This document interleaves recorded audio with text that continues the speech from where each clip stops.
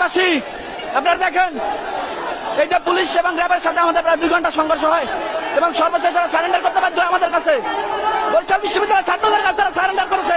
আপনারা দেখেন এখন চলে যাচ্ছে, আমাদের উপর টিয়ার শেল নিক্ষেপ করেছে, রাবার বুলেট নিক্ষেপ করেছে।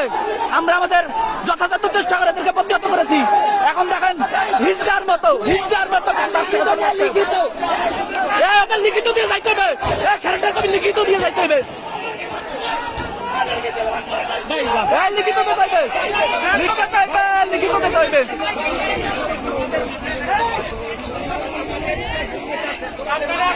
আপনারা দেখেন সাধারণ শিক্ষার্থী এমন ভাবে প্রতিরোধ করেছে, অভিযানদের শক্তি আপনারা দেখে রাখেন, এরা আমাদের কাছে সারেন্ডার করেছে, মাপ চেয়েছে।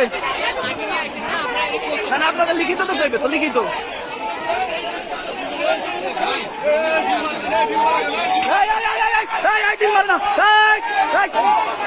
দিল মারবে না, আর দিল না, আর দিল না।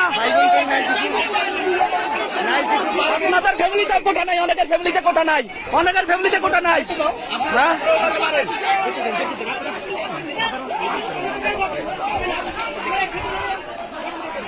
দেখছেন আপনারা, এই হিজড়ার গোষ্ঠী ববিয়ানদের কাছে পরাজিত হয়ে সারেন্ডার করেছে এবং আমাদের সবাইকে ডেকে তারা স্বীকার করেছে যে আমরা আসলে চলে যাচ্ছি এবং তারা হচ্ছে ক্যাম্পাস থেকে চলে যাচ্ছে। এখন জানি না তাদের কোনো দুর্বসন্ধি আছে কিনা পরবর্তীতে। আপনারা দেখেন এই যে সবাই এবং এলাকাবাসী, বিশেষ করে বরিশাল বিশ্ববিদ্যালয় অঞ্চলের যে এলাকাবাসী, বরিশাল বিশ্ববিদ্যালয় এলাকাবাসী ডিল মারে কেন, আবার ডিল মারে কেন, আবার ডিল মারে কেন? ভাই খেয়াল রাখেন বাইরে থেকে কেউ যেন ডিল মারতে পারে না পারে। আপনারা দেখেন তারা চলে যাচ্ছে। এখন আমরাও মোটামুটি শান্ত। এখন